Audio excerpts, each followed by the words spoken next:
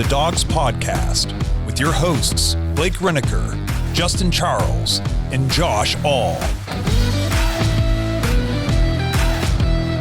Hey, what's up, Dog Pack? Welcome back to another Dog Pack Discord live episode. Josh All, Kenny Mack is back with me this week. That's right, he was out in Vegas. If you guys remember last week for the preview show, so he wasn't here, but he was having a much better time.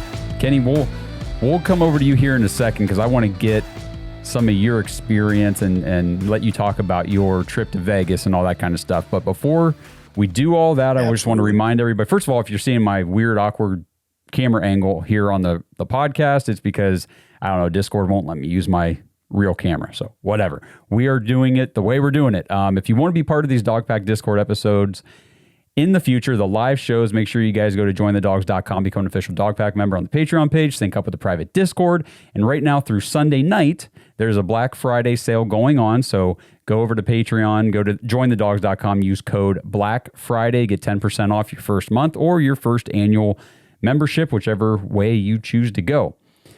Okay, let's see. We'll let the audience fill up a little bit. We'll be talking about the 49ers game on Sunday here at home in Cleveland.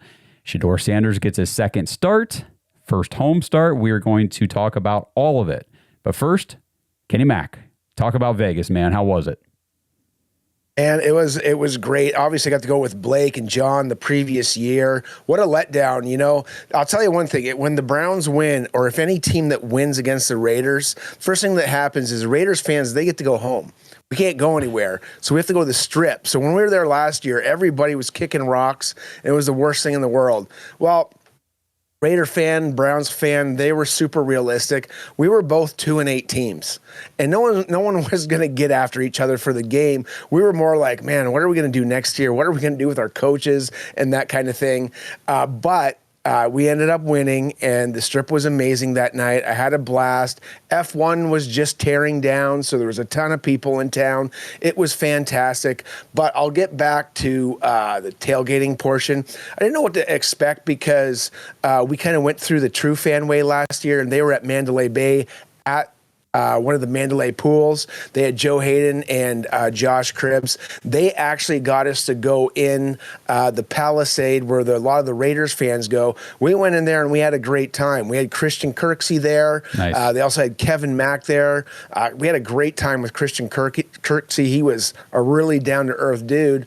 And then we went back and we went and had a tailgate with the Vegas Dog Pound, and they did a fantastic job. They had hot dogs, they had shirts, everybody had a great time. But I'll be honest with you, I didn't know what to expect from the Raider fans around us. They were so super hospitable. We had a great time with them. I got some friends on Facebook now. Nice. If we ever get back that way, we're going to head up. We're going to have some, they do things a little bit different. I had a Italian sausage. It was fried up onions and guacamole. I don't know if you guys ever want to do that, but it was fantastic. Took a nice little walk down Raider Alley. Be a little intimidating when you're by yourself, but they were all super cool. And then after the game time, it was electric. The Browns won. The Raiders fans didn't take it that well. They don't know what they're doing. They got a Hall of Fame coach, but they're not getting a Hall of Fame product. And they're pretty mad about those 10 sacks. They wanted to see some offense.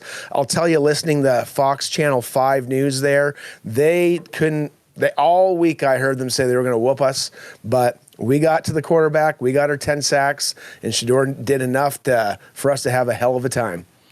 Yeah, I mean, it wasn't even close. Honestly, for as bad as the Browns have been this year, and we've been bad, I'm not going to sugarcoat it. The Raiders are terrible. Yeah. I mean, it's kind of nice to play another bad team and actually beat them, unlike the Jets. But you look at some of these other teams, some of these other franchises and fan bases, and it's like, we're not the only ones going through crap with our team. Yeah. And I feel like we're in a better spot right now than teams like the Raiders and the Jets, even though we lost to them and stuff like that. I like our position better than theirs. Not that I love our position, but I'm just saying, in relation to theirs, I would prefer ours. Yeah, I think one of the guys that really popped out for the Raiders guys around me was Schlesinger.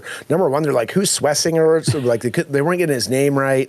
And it like when you listen to the game, and if Ashton gets up there, you felt like, man, this guy must have 20 tackles. He's in every single play. And he had 10, which was fantastic, and he was definitely a turning point in the game. But you could really tell that he stood above everybody, or as far as the rookies were concerned. And as one thing with the other than Ashton Genty, they're kind of not sure where their rookie situation is. Yeah, so Ashton was out there. Young talent. Yeah. Ashton, the Joker here in the chat, was out there in Vegas for the game as well. And he says, I was right there when Geno flipped his fans the bird. I didn't even hear about this. Was that a thing? I totally missed that. Yeah, so I was up in the 300s. If he was down lower, he would have saw it, and that was a thing. He flipped off some of the fans that were kind of booing him, jeering him. Man, that guy didn't have any time to pass the ball. No. We were 10 sacks. You got to feel pretty beat up. When someone's booing you, you're probably not going to take it too well. No, but I mean, flipping off your own fans, first year of what did he sign, a 3-year contract? I don't know, man. That's funny. I missed that. I can't believe I missed that. Okay. Yeah. So Ashton, if you are able to come up on stage and you want to, if you want to come up here and talk about what Vegas was like for you, feel free. If not, no big deal. Again, as we go along here in the episode, just like every week, if you want to come up here on stage, talk to us, ask a question, give your perspective, whatever you want to do, just get your hands up down in the audience and we will call upon you. There's 2 things I want to talk about real fast before we go into this 49ers game. The first, Kenny, your Movember campaign, this is the last week for it, right? Yeah, till the end of the month, Movember, November. The 30th is on Sunday. I'm doing a big Mo event. We got some awesome stuff from NFL Canada. We got some awesome stuff from the Cleveland Browns. Just got some tickets from the CFL team, the Ottawa Red Blacks. We're going to be raffling it off and raising some money. I'm at like $19.35 of my $2,500 goal. We should easily get there by the end of the month. But I'd really appreciate your support if you're watching this. One of the stigmas about men is they don't talk about things. When that happens, it ends up into bad mental, physical situations, or even suicide. If you can just pass it along and it brings someone out of some dark area, or just get someone into a better area, even if they're feeling kind of mediocre, that'd be ideal, and that's a win right there. Absolutely. And then the other thing that I wanted to mention, so we've talked about this a little bit throughout this season, and we've kind of roughly planned doing a live watch party for one of the games, and it hasn't come, we haven't been able to do it, or there's something else has come up or whatever, but next Sunday, December, the 7th, when the Tennessee Titans come to Cleveland, the Dawgs podcast will be doing a live watch party from the studio for the entire game. Hey. So there we go. It's going to be, and this is something we talked, Ken, you probably remember, because we were talking about maybe doing a dog pack meetup, and I said, this is before the season, I said that Titans game could be Shedeur versus Cam Ward by that time in the season, and lo and behold, here we are, and that's what we're getting. So we are going to do a live watch party on YouTube, so make sure you guys tune in next week. Let us be your second screen experience while you're watching the game. I've got pretty strong conviction that we're going to whoop up on the Titans, and that's pretty much a guaranteed win as far as guaranteed wins go for the Browns. Yeah, oh, absolutely, man. That's a great one to pick, and that was one of the dog pack meetups. And I mean, I would see it similar to this game. Our defensive line is going to be getting after them, but we got another game to talk about, right? So that's right. So let's go ahead and start talking about this game this week on Sunday. The 49ers. So the 8-4 San Francisco 49ers are going to travel to Cleveland to face the 3-8 surging hot Cleveland Browns coming off that big win. The 49ers did open as a 6.5 point favorite, but when I checked today before the show, and maybe it's changed again, I don't know, but it went down and it was down to just 4.5 point favorites. So the line is moving. The over-under is 37.5 points. Once again, it is below 40. But the other day when I checked, it was 40.5. So that's coming down. The Browns are plus 190 right now to win the game. The big takeaway here, like I just mentioned, the odds are continuing to move in the Browns' favor. It looks like this defense, paired with a quarterback who can actually push the ball downfield, has Vegas mildly impressed compared to how the team was performing earlier in the season. This decreasing over-under could also be attributed to the weather forecast. I don't know if you guys have looked, but you know that Cleveland football in late November and December is always very interesting. To put it nicely, right now it's calling for mid to upper 30s, windy with rain and snow showers mixed. So it's going to be a cold, wet day, at least as far as the forecast says now up there in Cleveland. Kenny, do you have any thoughts on this game before I go any further here? I mean, I can tell you from a historical standpoint, I just generally feel like whenever we've had the Niners up here, especially if it's later in the season, if you're really into like San Francisco weather and it's Cleveland weather, and you know, the kind of Cleveland weather where you have 4 seasons in one day, that can kind of wear you down a little bit. And I don't know what the home record is. I know we lead them 13-8 overall, generally in the lifetime of the two franchises. We did beat them last time, and you got to remember, we were not heavily favored in that game, and they just did not look against our defense. So I'm hoping that's a matchup that we can really exploit. I mean, I don't know about you, and you can say it after this, did you think the Niners looked a little rusty against the Panthers? It was 20-9. It's kind of like a mess score. We're coming off a nice 24-10 win, but we're not coming off a Monday night game, and we're not traveling across the country either. So it'll be interesting how that kind of plays in overall as well. Yeah, and I will definitely talk about some of that stuff too, because those are great points, and I've got that factored into my, synopsis on how I see this game going. The 49ers, if you guys don't know, because again, it's a West Coast team, we don't follow, we're Browns fans, right? So we don't know what these other teams are necessarily going through. They've got their best defensive players right now on the IR. And it's been like that for a while. Nick Bosa, Fred Warner, I don't know how to say this guy's name, Yetur Gross-Matos, the rookie edge rusher, Michael Williams, the 11th overall pick in the draft. These guys are all on IR. They don't have them. That would be sort of like if the Browns went into a game without Myles Garrett, Carson Schlesinger, Alex Wright, and Mason Graham. We would be at a little bit of a disadvantage without those 4 guys. That's sort of the situation they're in right now. So that's a benefit for the Browns, definitely on offense. Just take a look at the 49ers defense. If you look at the metrics for the season on both teams, actually, I meant to say the Raiders. If you look at the Raiders metrics defensive-wise, and you look at the metrics for the 49ers, they're almost kind of the same because they're missing these guys. And so that's an advantage for our offense that feels pretty good about what they did last week. And if they're going to see kind of some of the same stuff, then who knows? Yeah. So before I go into some more stats and things about the game for these two teams, let's get our first person up here. Brad, always with the hand up early in the show. What's going on, Brad? Yeah. Here, let me take a sip of this drink first. Dude, I missed you for the game. Last time I was with you, there was a win. I know, brother. I know. Yeah. So, one stat I want to give you. Kyle Shanahan is 1-9 against Jim Schwartz. But 1-9, one of those losses is when Jim Schwartz was a coach. So technically 1-8 as a defensive coordinator against Kyle Shanahan. I don't know what the one win was, but against Jim Schwartz, but yeah.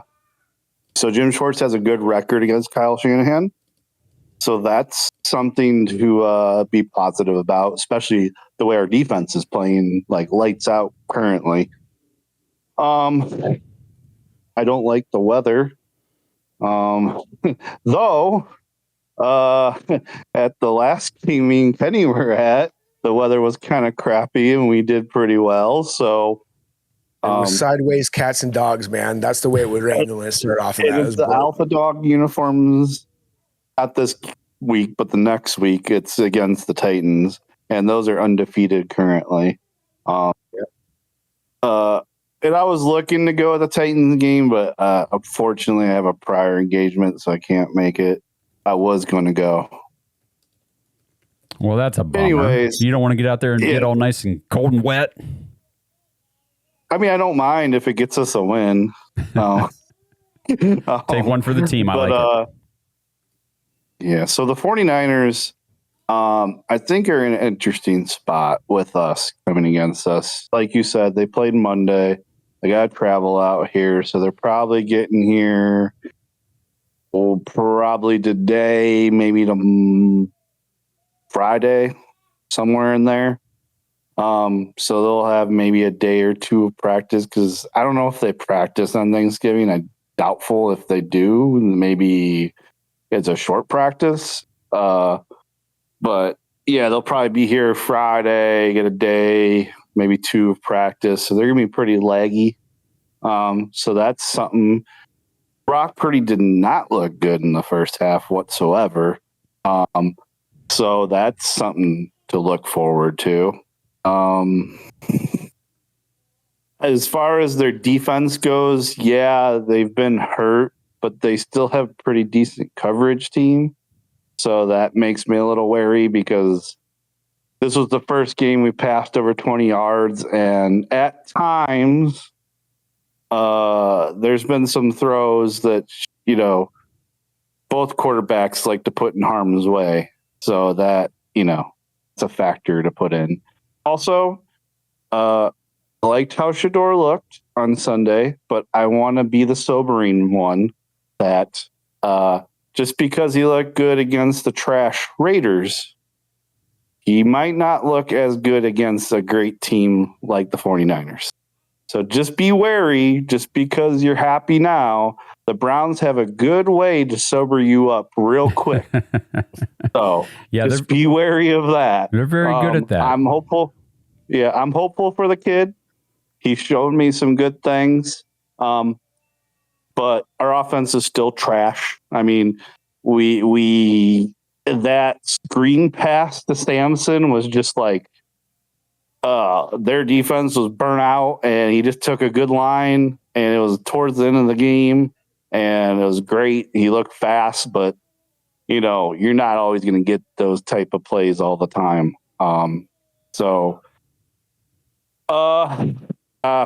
Man, I hope Jerry goes to the jug machine this week and learns how to catch, and maybe have some people hit him from behind so he learns how to hold on to the ball when he gets thrown a 35-yard pass or something. Dude, I thought he had a stroke.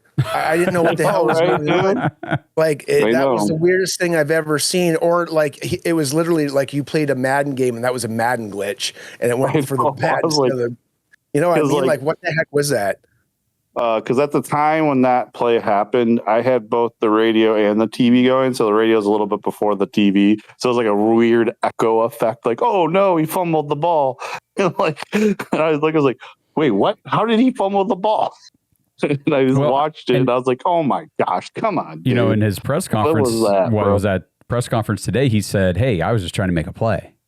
It's like, dude, you did. Yeah. You made the play. Hold on to the freaking ball, man. That's all you got to do. Oh my God. Yeah.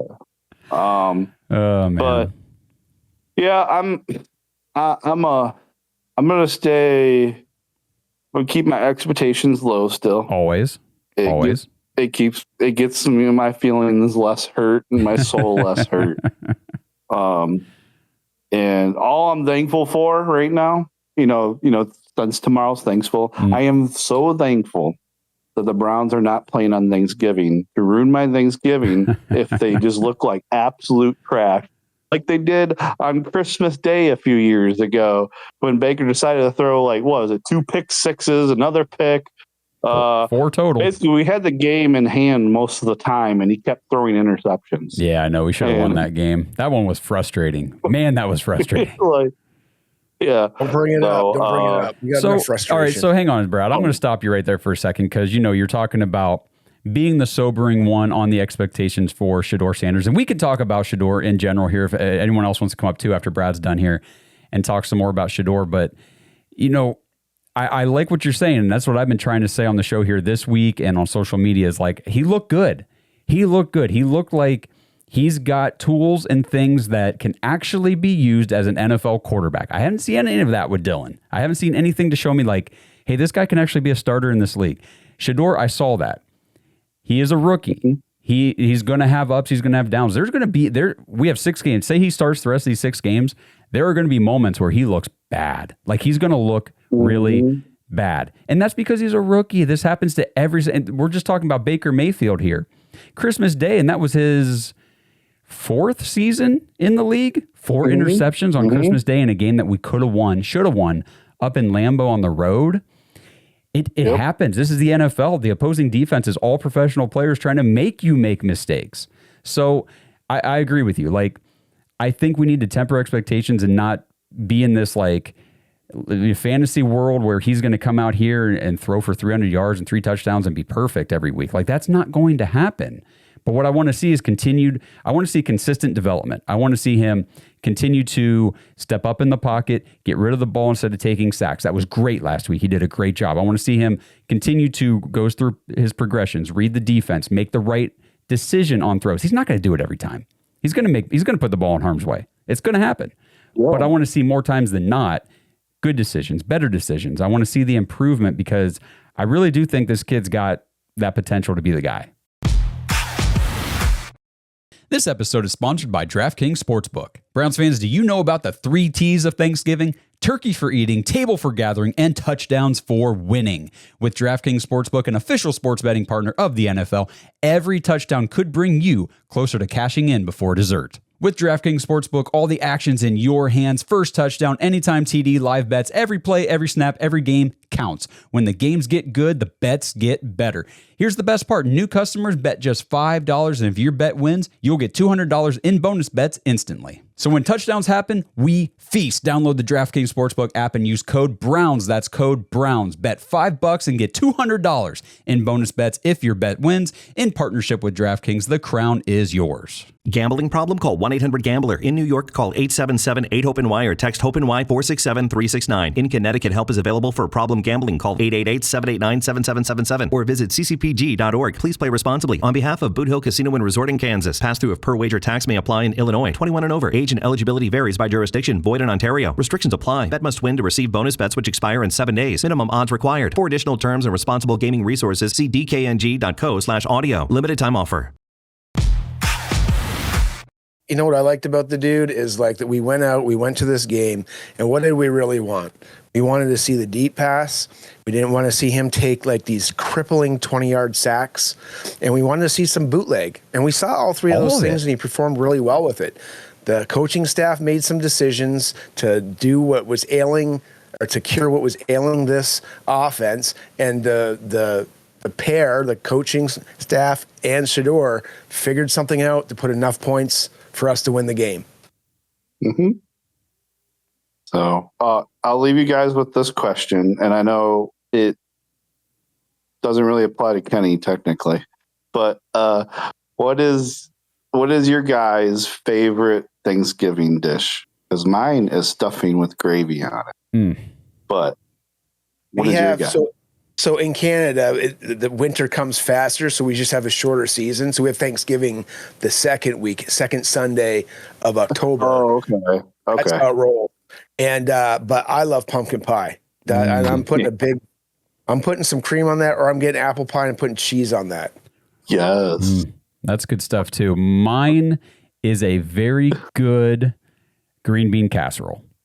I love green bean casserole, and my mom growing up always made the best. And we have since got the recipe, and now we make it here. And my mother-in-law made I feel like I have it every Thanksgiving I go to now that I'm older and married, and like it's awesome. I can never get enough of it.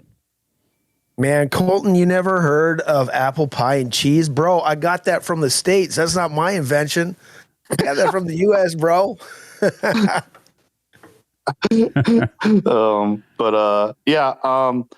So what game are you guys watching tomorrow? Are you watching the early one, the later one? Any of them? I'll watch all of them. I mean, they'll all be on TV wherever I'm at, so for sure. Nice. I'm doing a little United Way fundraiser at work, so I'm going to have the games on. I set up a tailgate. I got about 10, 11 people bringing food, and I got some cornhole boards. And when people are taking their breaks, I'm going to have the games on, and it's $10 for the United Way. What I guess while we're talking Canada for that. while we're talking about, what's the late game tomorrow? Is it Ravens, Bengals? Is that the late one? I'm pretty sure. Yeah, that's the 8:30 game. Yeah. Okay, cool. I definitely want to tune into that one because Joe Burrow's coming back. The Ravens defense, and it's just fun to watch AFC North teams fight because we know the teams very well. We're very, familiar with them. So I enjoy watching those games. That'll be a fun one. Joe Burrow is back. Burrow versus Lamar. Both a little banged up, but still very good. So we'll see how it goes. All right, Brad, you got anything real quick before we go, or you can come back up here in a little bit? Yeah. Let's see. What was I going to say? How do you guys feel about Tommy Rees's play calling after 2 weeks?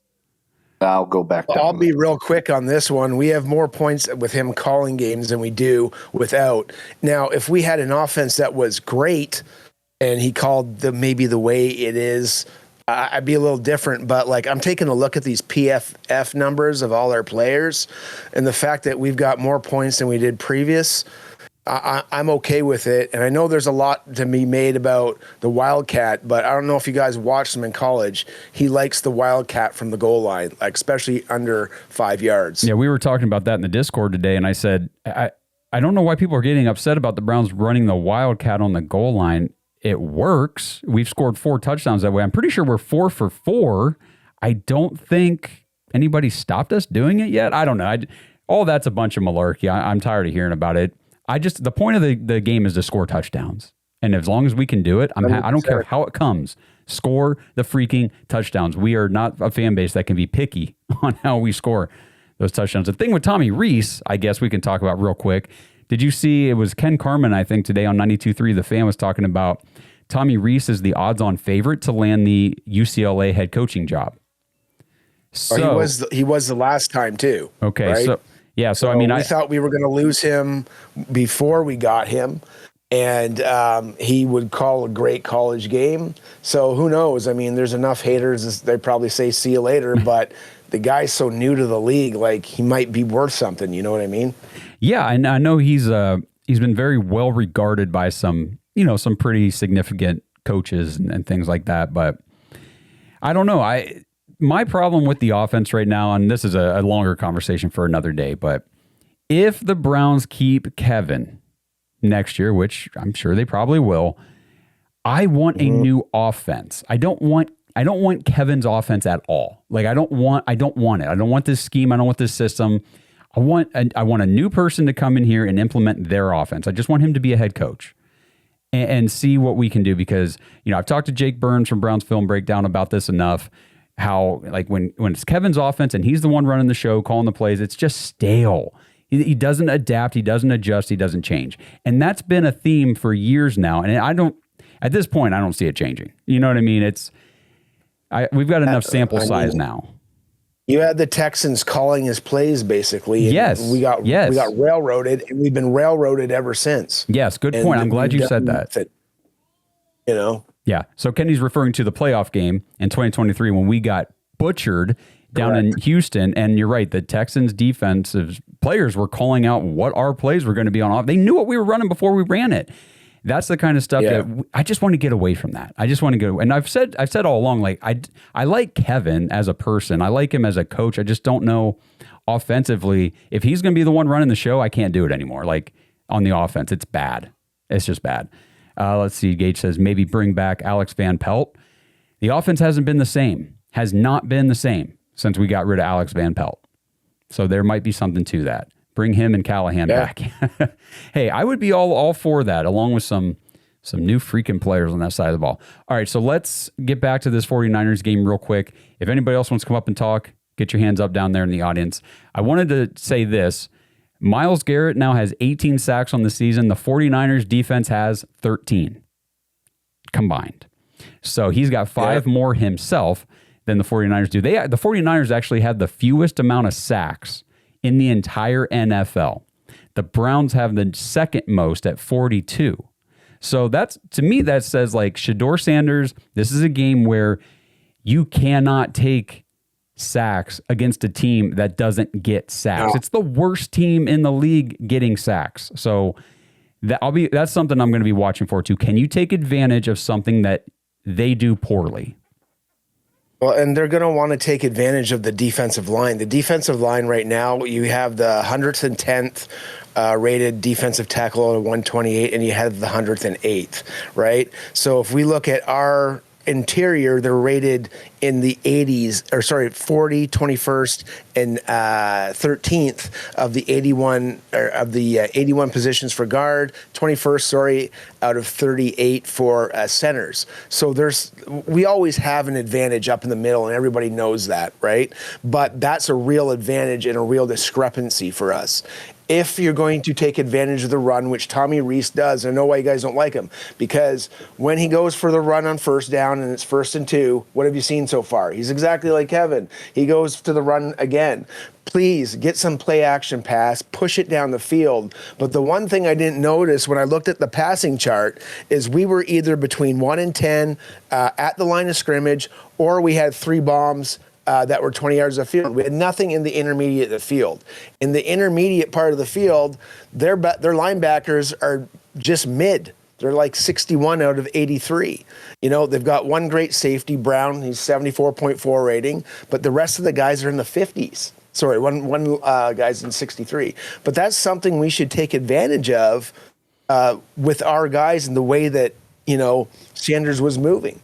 So I can't see how you don't take advantage of the play action game, and please keep doing those rollouts because they look like they were working. Yeah, absolutely. So kind of to build on what you're talking here, run through some of these stats for the two teams. We've got 2 decent run defenses in this game. If the weather does prove to be wet and rainy with some snow and all that stuff, these offenses could be relying heavily on the run, which honestly is neither team's strong suit. The Browns and 49ers are actually the same in yards per game on the ground. Both teams are the same. Both teams are bottom 7 in the league at just under 100 yards per game on average. So neither one of these teams has been able to run the ball all that well this season over the course of the year. Passing is where things do get interesting. The 49ers are actually the number 3 passing offense in the league at 250 yards per game, going against the Browns' number 2 passing defense. And they're holding opponents to just 170 yards per game. So if it's wet, rainy, all that kind of stuff, I think that really lends the benefit to the Browns. Both defenses defend the run about the same, right around 100 yards per game allowed. And then both teams average the same amount of points allowed to opponents, about 21-22. Of course, the Browns on offense average way less points per game scored than almost everybody in the league. Still just 17 points per game compared to 23 for the 49ers. But something that I think plays into our favor here at home is that the 49ers actually have the 3rd most turnovers in the NFL with 18. Brock Purdy is going to be playing quarterback. He's only played 4 games this season due to injuries. So the majority of the 49ers passing stats and numbers that come up came from Mac Jones. So in just 4 games, Brock Purdy has 7 interceptions. He only has 1 game with 0 picks. In the other 3 games, he has at least 2. And the Monday night game was 3 this past Monday against Carolina. He's only been sacked, however, 3 times through 4 games. So the Browns pass rush is easily going to be the best one he's faced, because they're the best in the entire league, so duh. And the 49ers have allowed just 19 sacks all season, which is a top 10 mark in the league, just 1.6 per game. So there's going to be some push and pull here. Like they don't allow a lot of sacks. We get a ton of sacks. We give up a ton of sacks. They don't get a ton of sacks. That upfront battle on each side is going to be very crucial to how this game plays out. Yeah, Ashton the Joker says it too. Like, you got to stop CMC. The whole team went for 104 yards 2 years ago. We held them under, I think, passing. We were 1-0, just held them to 107 yards. So I believe that day was kind of a misty, rainy day. Was it not? Yep. The last time there we played was some them? weather. So, and the other thing that, we always have in our favor, we had the time of possession on them, 33 minutes to about 27. So if we could do that, if we get into a kicking game, I believe their kicker's injured. That's another thing where your kicker's not sure. So we held them to 3 of 12 on first down last time. That's something that we can do again. If we get into this grinded out defensive effort, and it's going to maybe be the same game, like a 19-17 game. Do you have Do you have like the box score stats and stuff pulled up from the last time we played them in 2023? Yep. What did Christian McCaffrey do against this Jim Schwartz defense? Box score. I'm looking at the team stats. Give me 1 second. Yeah. Christian McCaffrey was 11 for 43, 30.9 yards. An average, he had one dinger of 27, and then he had 3 receptions for 9 yards. Okay. He had one TD receiving. Okay, yeah. So that he did go out injured in that game at one point. I think he kind of came back in, maybe went back out. I can't remember exactly, but he was kind of banged up. You're right. I don't think he finished the game. Right. But either way, like, the Christian McCaffrey is going to be the X factor in this game because they really don't have anything special at wide receiver. They've got a young guy kind of still coming into his own with Ricky Pearsall, and then Jawan Jennings is a nice receiver, but they don't really have like that elite number one type of wide receiver that's like go to and he's going to make a play. They don't have a CeeDee Lamb or Jamar Chase or a Jefferson or AJ Brown or any of these guys. They don't have that right now. So Christian McCaffrey, I feel like if somebody's going to hurt us, it's going to be him. And if we can limit him and what he can do, the damage he can do, I love our defense at home. It's been elite all year. There hasn't been a home game yet where they haven't been. Yeah, they've been amazing at home. I mean, the other guy that you'd have to look at is George Kittle. He's got 21 receptions for 229 yards and 3 touchdowns in the past 3 games. You're right. I'm sorry. When I say no, they do have a very strong threat in the receiving game. It's their tight end, George Kittle. Yeah, absolutely. But as far as like downfield receivers beating these corners, no, probably not going to happen. No, I don't think so either. Okay, so let's see. We'll get our pressures if we don't get our sacks. Yeah, that's true. And hopefully we can force Purdy into some bad throws. He's obviously prone to do so. 7 in 8 games. It's not a very good ratio at all for a guy that you just paid a crap ton of money to as well. So, Gage, what's going on, man? What up? How y'all doing? Good. Hey, brother. How you doing, my man? You must be happy. Shedeur, doing well? Yeah, he did about what I expected. He didn't play like great. He didn't play bad. He just played okay for his first start. That's all we've been asking for all year is just having an offense that's meh. Yeah, give me just give me like average or slightly below average would be better than what we've had all year at that position. Oh yeah, compared to what we've seen all year, he's way better than what we've had. Yeah, we can actually push the ball down the field some. So. Yeah, I mean that 52-yard rope was, man.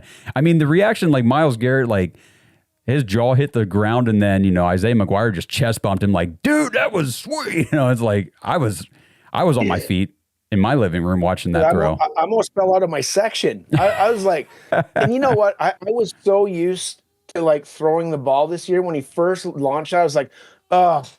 What do you do that for? Nothing's going to happen with that. Then it's in the air, and I'm like, oh my God, I think that's going to go right. It's going to drop right in the breadbasket. Sure enough, what a play. See, and that's the thing, too. Isaiah Bond's been open on a lot of those deep routes all year. Yes. And we just haven't been giving him the ball.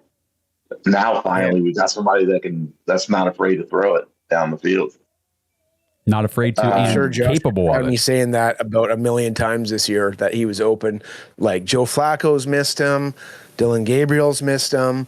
Finally, someone came up and hit that kid open down the field in stride. Yeah, I saw his post on X. Yeah.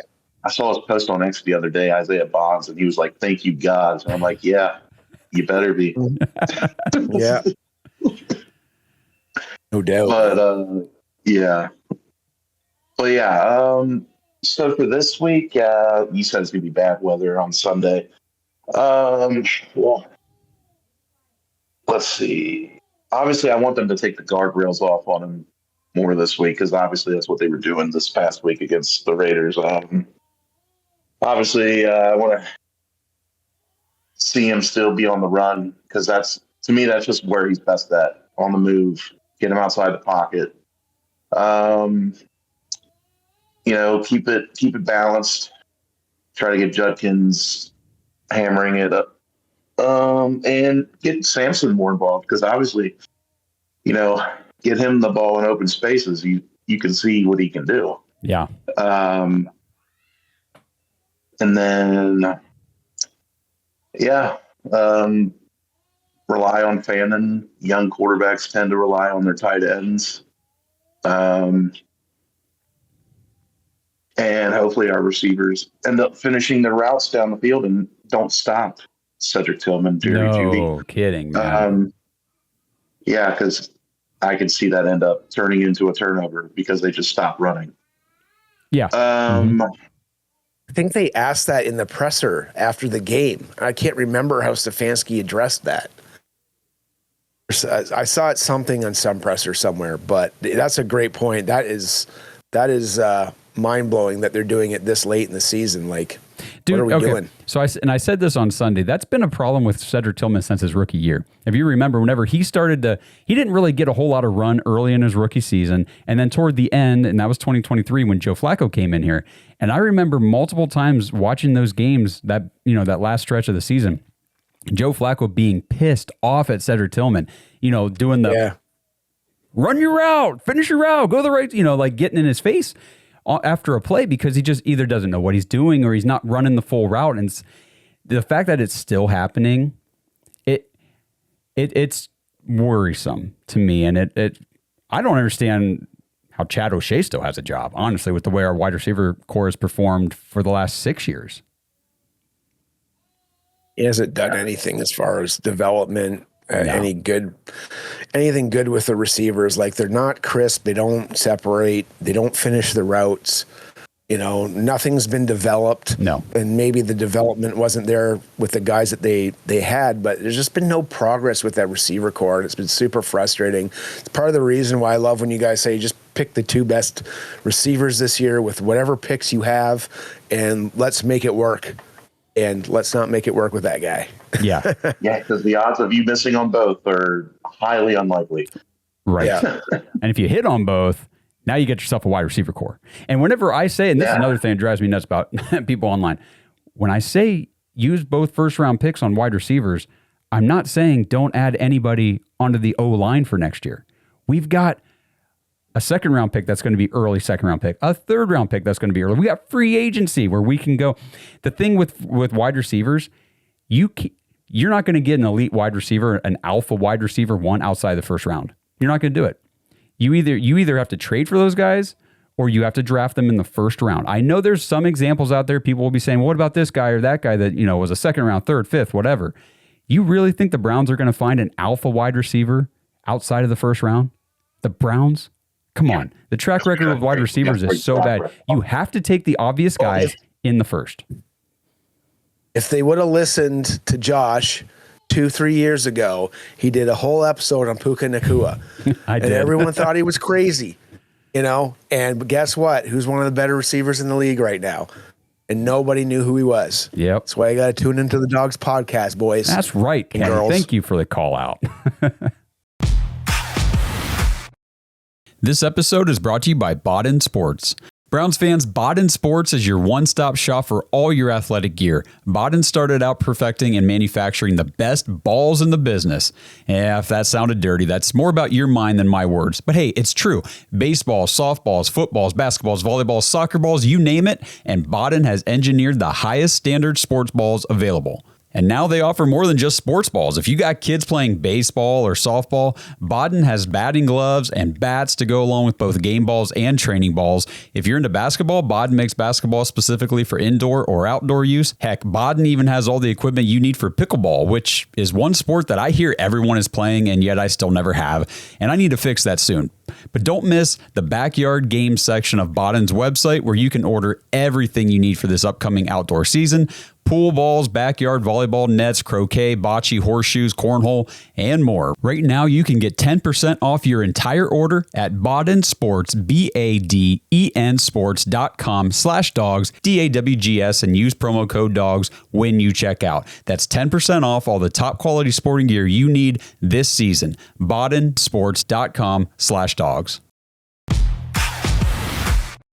Yeah, I hope that's what we do. I hope as each game goes on, you see more and more progression, more and more of the rails being taken off. That way we can know our situation heading into the off season. Yes, we have to. We have to know. Yeah. definitely. And as far as San Francisco offensively, I'm really not worried. I'm not. They're not a Not with this powerhouse like they once were. Oh. Not with his defense Brock, at home, that's for sure. No. Yeah. Brock Purdy is 8 touchdowns to 7 interceptions this season. I mean, couldn't you kind of liken their offense to sort of what the Packers have? Like, they don't really have like an elite threat at receiver. They, they had a good tight end when they faced us with Tucker Kraft. They had a good running back, a decent quarterback, but we shut them down, Yeah. I mean, you take CMC out of the game. You make Brock Purdy beat you. I don't see it happening. Not against this defense at home. I'm with you, man. Like I'll get into my prediction here in a minute before we wrap it up, but I guess I'm high hopes this week. I Trying to be feel good realistic about this game. I'm a Browns fan. I get it. There's always a chance that we lose. I get that. I know, but I honestly, I feel good about this game. Me too. I'm not worried. This isn't like San Francisco 2, 3, 4 years ago where they're just No, I'm with you. And I mean, you still got Ayuk. He's still on IR, and who knows if he's going to end up playing this season for them, anyways. But he's out. He's done. Yeah, I think that they voided his. They did. They voided his money. He's not coming to meetings. He's not doing stuff with the team like that. That divorce is coming. It's all but finalized. Yeah. There's no Debo. There's no Ayuk, not like last time. So I just don't see them gashing us anywhere. No, I think honestly, if we lose, I feel like this is going to be a game that we'll have to beat ourselves. We're going to have to make bad mistakes, give up a big return, something on special teams. Like, it'll have to be our own mistakes that give, kind of like against the Ravens. I mean, honestly, we should have beat the Ravens, stuff like that. Yeah, this is one of those 8-4 teams that I'm really not threatened to play. That's fair. All right. Well, do you have anything else before we get Colton on up here? No. Happy belated Thanksgiving. Hope everybody has a good time with their families and stuff. Absolutely. You too, man. All right. Well, if you want to come back up here in a little bit with anything else that you think of, Gage, you get your hand back up. I'm going to get Colton on up here, and then we are about 15 minutes away here, so we'll get Colton and then anybody else for the end here, and then we'll wrap it up. Colton, what's going on? Hey, not too much, Josh. How you doing? I'm good. How you doing, buddy? What's going on, my man? Put some cheese on that pie. That has got to be the craziest combination I think I've ever heard. Salt and sweet. This is it's the combination. You're talking about a bowel movement that you could probably hear all the way down in Ohio. So I think I'm going to steer clear of that. Oh, that's good. That's good. No, it's crazy. I have one of my best friends from college is from Ontario. That was one thing he never brought up to me. And that's the first I ever heard of it. So kind of funny though. It's a shame I got to talk about it this week with Ohio State, Michigan happening on Saturday, but I think our guy Mason Graham is really starting to show through now. Not saying that I was questioning his talent or lack thereof the first few weeks of the season, but he just wasn't popping off the chart, maybe on the stat line. But as we talk more and more, and you know that the defensive tackle position is so hard to adjust to in the NFL, it is so telling now that I think Collins and Garrett and Alex Wright and all those guys have just elevated his game so much more over the course of the last few weeks. I know watching the game on Sunday, it looked like every time that Geno Smith was getting up, Mason Graham was right next to him getting up also. Like I said, I hate to give credit where credit's due, especially with this week, with everything we have riding on Saturday, but I definitely think that we hit on that pick with all the other picks too in this draft, with the exception of Gabriel. But I think he's really coming through. Another thing I was going to try to point out this week too is Just the matchup against the Niners defense with Fred Warner being out.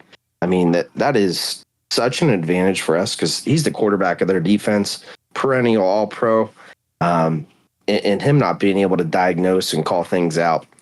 If our offense can get going and be unpredictable, I think that's something that's going to be hard for them to make adjustments to us on, especially with Shedeur only having, 6 quarters of gameplay. Some might see that as an advantage of playing a rookie quarterback. Some could see it as the advantage coming our way of, he's only put out 6 quarters. He only had, 20 attempts last week. So we still got quite a bit of trick cards in our pocket that we could pull out. So I'm excited to see what we can do this week going up against a defense that might be a little down.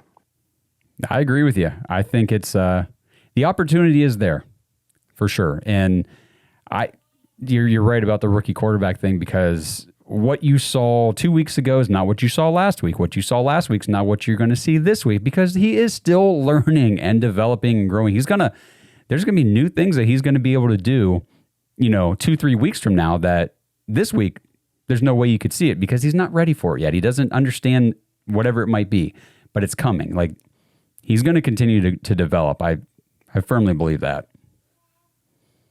Mason Graham has been unreal, but I was just trying to pull my notes up as far as like getting to the NFL, being a specific position group and like trying to make it work in the NFL. Defensive tackle is one of the hardest. I actually have it written down somewhere and actually ranked out, and I can't seem to find it, but it's tight end, it's defensive tackle, and it's offensive tackle, I believe, are the hardest ones to get down, other than quarterback, of course. And so he's going to come along.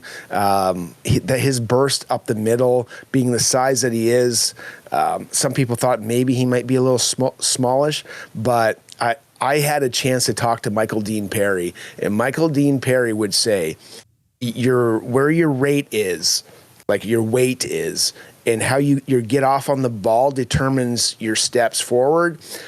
The lighter you are, or there's a lighter point that you can be where you can cross the line as fast as a running back and you can hit with more impact. And I think they've maybe found the right size for him. Like, this is me just spitballing what may have been a transition for him, because there was a weight conversation, I believe, at the beginning of the year.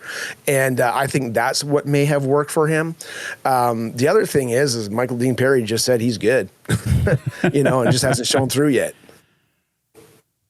Yeah, Mason Graham has definitely been impressive, and I'm with you, Colton. It's always hard to, hand out compliments so freely to a Michigan guy, especially on this week. But he's a Brown now, so whatever. The past is the past. Water under the bridge.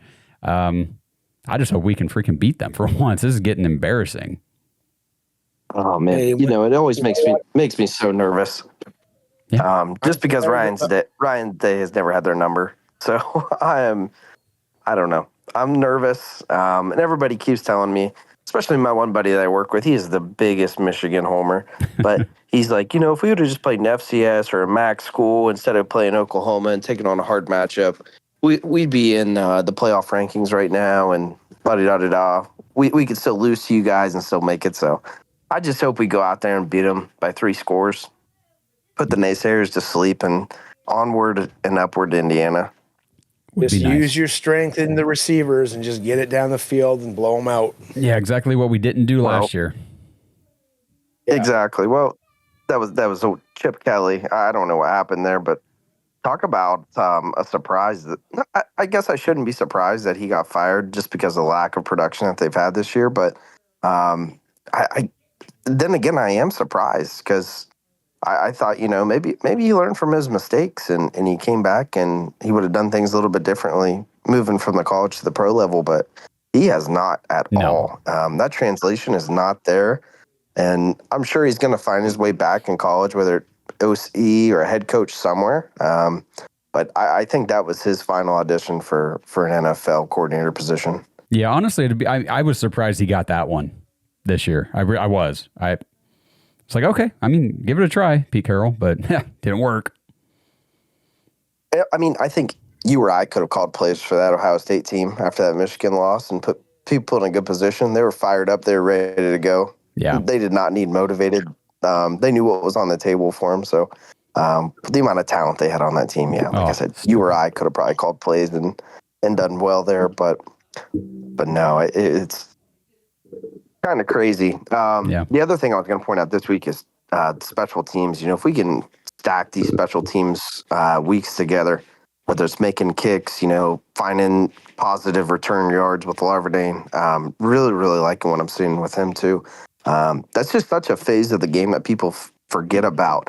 And maybe not us as Browns fans, because it comes back to bite us week after week after week. But if we can just keep stacking these wins and Schmidt keeps knocking down kicks, I'm really excited to see where we can go the rest of the season with that side of the ball. Yeah, for sure. And I appreciate you jumping up here, Colton. I'm sorry, I am going to move you down here to the audience. We got Brad. I'm going to bring you up in a second. You got like 2 minutes, and then we got to wrap her up. But I do want to say, if we can build some momentum, talking to what Colton was just saying, toward the end of this season, that changes what the offseason looks like. Because if you go into the offseason on like a 6-game skid and you only won 3 games during the previous season, the previous 2 seasons, you're talking about a very depressing offseason with a lot of negativity. Now, if you start stacking some wins and you have some impressive showings, even in a loss, but your offense looked good, your defense was elite, and that kind of stuff over the back half of the season, well, now 2026 doesn't look as dire as maybe it once did. And like I always say, things change quickly in the NFL. So, Brad, what's up, man? All right. Here we go with my prediction. You ready? Yeah, let's hear it. Do it. 2-minute drive. We're down 3 points. We need 3 points to win. Shedeur drives down the field to the 35-yard line. We got 5 seconds left. We spike the ball, and then we win the game with a field goal kick, 20-17. All right, 2017. I like it. Yeah. 20-17. Well, you're just making sure that was a 3-point differential, right? Yeah, 3 points. I'm just messing with you. We're going to get that point after. Come on. I don't know. Something funky will probably happen. Who knows? All right, man. Well, I appreciate the prediction. Kenny, do you have anything? Any prediction before we wrap it up here? I think you just have to have your expectations. Like, I mean, Brad was kind of where I'm at with it. That's going to be like a 17-20 game, grind it out. I just hope Myles Garrett can get 3 sacks or so. But I just want the pressures. I just want the defense to look good. It's going to be a bad weather game from what we're understanding. So the engine is for the 49ers is Christian McCaffrey. We got to stop him or make him look human. He's on my fantasy, but I don't care. I'll take the 0 if I have to. And Shedeur himself, I just really want to see him do what he did against the Raiders. That's really what I want to do. I don't expect this huge jump up or anything like that. Just protect the ball, maybe hit a couple more intermediate routes because the weather's going to be bad, and just methodically get down the field and get that QBR up. No, I'm just kidding. That was your whole episode last time. Yeah. Oh my gosh.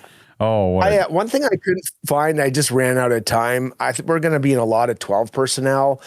We run it, 40% of our plays? Yeah, we lead it with 42% of our plays. I don't know how the 49ers react to that very well, but based on the backups that they're using, I'm hoping that's going to be a key to the game. And if we do keep it close, we were mentioning it earlier, their kicker doesn't look like they're going to be in the game. So if it's a 1-score game, I feel like with our kicker, we got kind of the advantage there. So just slow down CMC. Don't turn the ball over like last week. If you take a sack, make it 3 yards, not 20. And we should be able to eke this one out very similar to last time, like 19-17. It'll be close. It'll come down the fourth quarter, and it'll be the same game, basically. Yeah, I don't disagree at all. So, like we mentioned earlier in the show, the 49ers did just now this week play on Monday Night Football. So they have to travel across the country on a short week to play in the early slate on Sunday. So it's essentially like a 10 a.m. game for them on a short week after lengthy travel. So with our defense at home and maybe just maybe an offense that can actually move the ball down the field just a little bit, the Browns might be able to pull out a win in this one. And I know that I have said every week that I won't be picking the Browns to win a game until they show me they can win consistently. or at least compete consistently. But damn it, guys, I believe in Shedeur Sanders, and I know that our defense at home is elite. So let's freaking go 4-8 this week and get our first back-to-back wins since... Stack them, baby. Stack them. Yeah, since late in 2023. It's been a long time. Been a long, long time. But Shedeur's already breaking losing streaks. He's already breaking streaks. I think he breaks another one for us with that defense this week. Yeah, you know what? I'll holler out to Jordan, and he came on here. And I said it originally. I said, you know what? Shedeur's got some energy about him, and I do feel like it being at the game. And I put this in the Discord that all three phases played better just because Shedeur was in there. And there was just more energy. There was more juice. There was a little bit more juice too. Browns fan at the stadium, but still not really knowing what to expect. But the players came out and they just seemed like they were more into this game. Maybe it had to do with what they saw on Raider tape. I don't know. But I just think that there's some... And it's hard to quantify to people because even I've said it to Jordan. I'm like, energy doesn't win you games. Well, you know what? I was wrong. Well, let me say this. Did in this game. Let me say this too. All the players that you're talking about, the three phases that all looked like they had more energy and all this stuff, those guys are all at practice every day, every week, all year long. So they know when they take the field on a game day, when Dylan Gabriel is the quarterback, we're going to struggle today because they've seen it. They've gone against it. They've watched it every single day. They got to go watch the film after every game and be like, gosh, this guy sucks. They've seen Shedeur Sanders at practice. They know what he's about. So I think there is definitely a difference. And I'll tell you what, when you play with hope and belief and that kind of energy, it is different. It really is. And that's what we're seeing. That's what we saw on Sunday against the Raiders.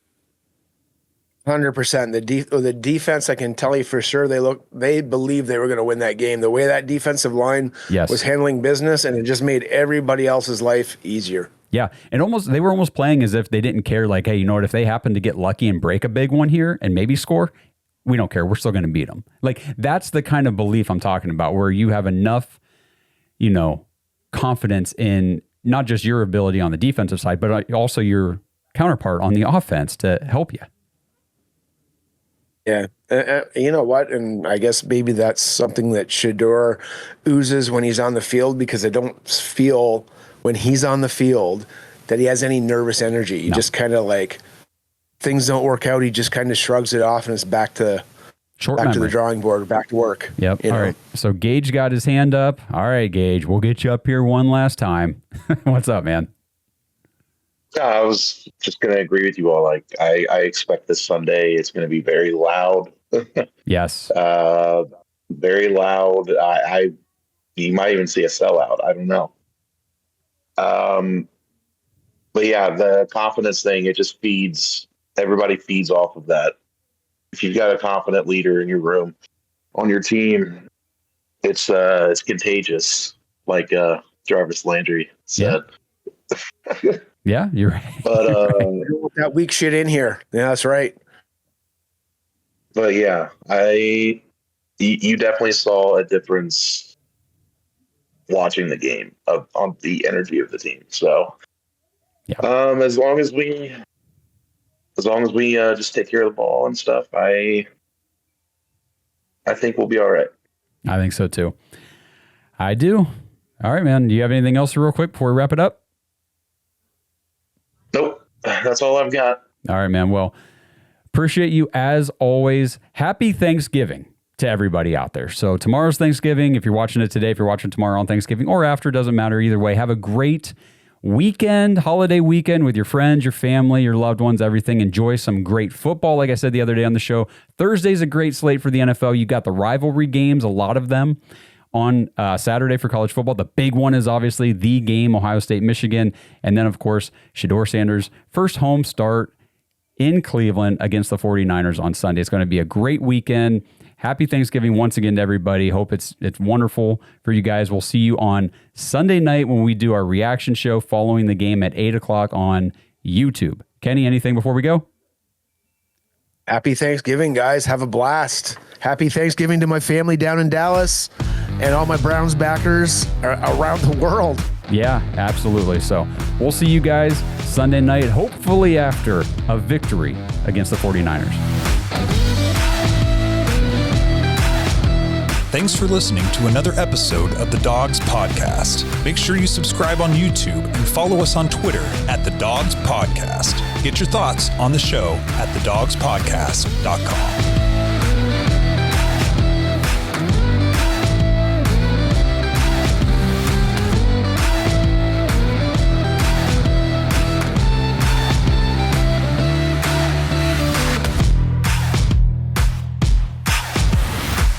This episode is sponsored by ISSA. Browns fans, if you're into health and fitness, have you ever wondered how you could maybe turn those hobbies and your passion into an actual career? If that sounds interesting to you, then ISSA has the opportunity you've been looking for. ISSA is the International Sports Science Association, and they can help you become a certified personal trainer in as little as 3 months. And right now you can get $100 off your certification when you sign up through our link, joinissa.com/dogs, DAWGS. Now, certifications are 100% online, self-study, and self-paced. You can study anywhere from your phone, tablet, or computer. And the final exam is open note, open book, aka piece of cake. Except you fitness nuts probably don't eat a ton of cake, so let's just call it a piece of delicious protein bar. And ISSA has the #1 job guarantee in the industry. If you get certified and sign up to be a certified trainer with ISSA, you have a job guarantee or your money back. ISSA has over 10,000 gym partners that have over 73,000 open jobs for trainers right now. And you don't need a 4-year degree or a 2-year degree. You just need your certification to qualify for these jobs. So what are you waiting for? With certification this simple, there's no excuse not to pursue your passion and become a certified personal trainer today. Get $100 off your certification at joinissa.com/dogs. You've wanted to make a change long enough. Now it's time to do something about it. That's joinissa.com/dogs for $100 off your personal trainer certification.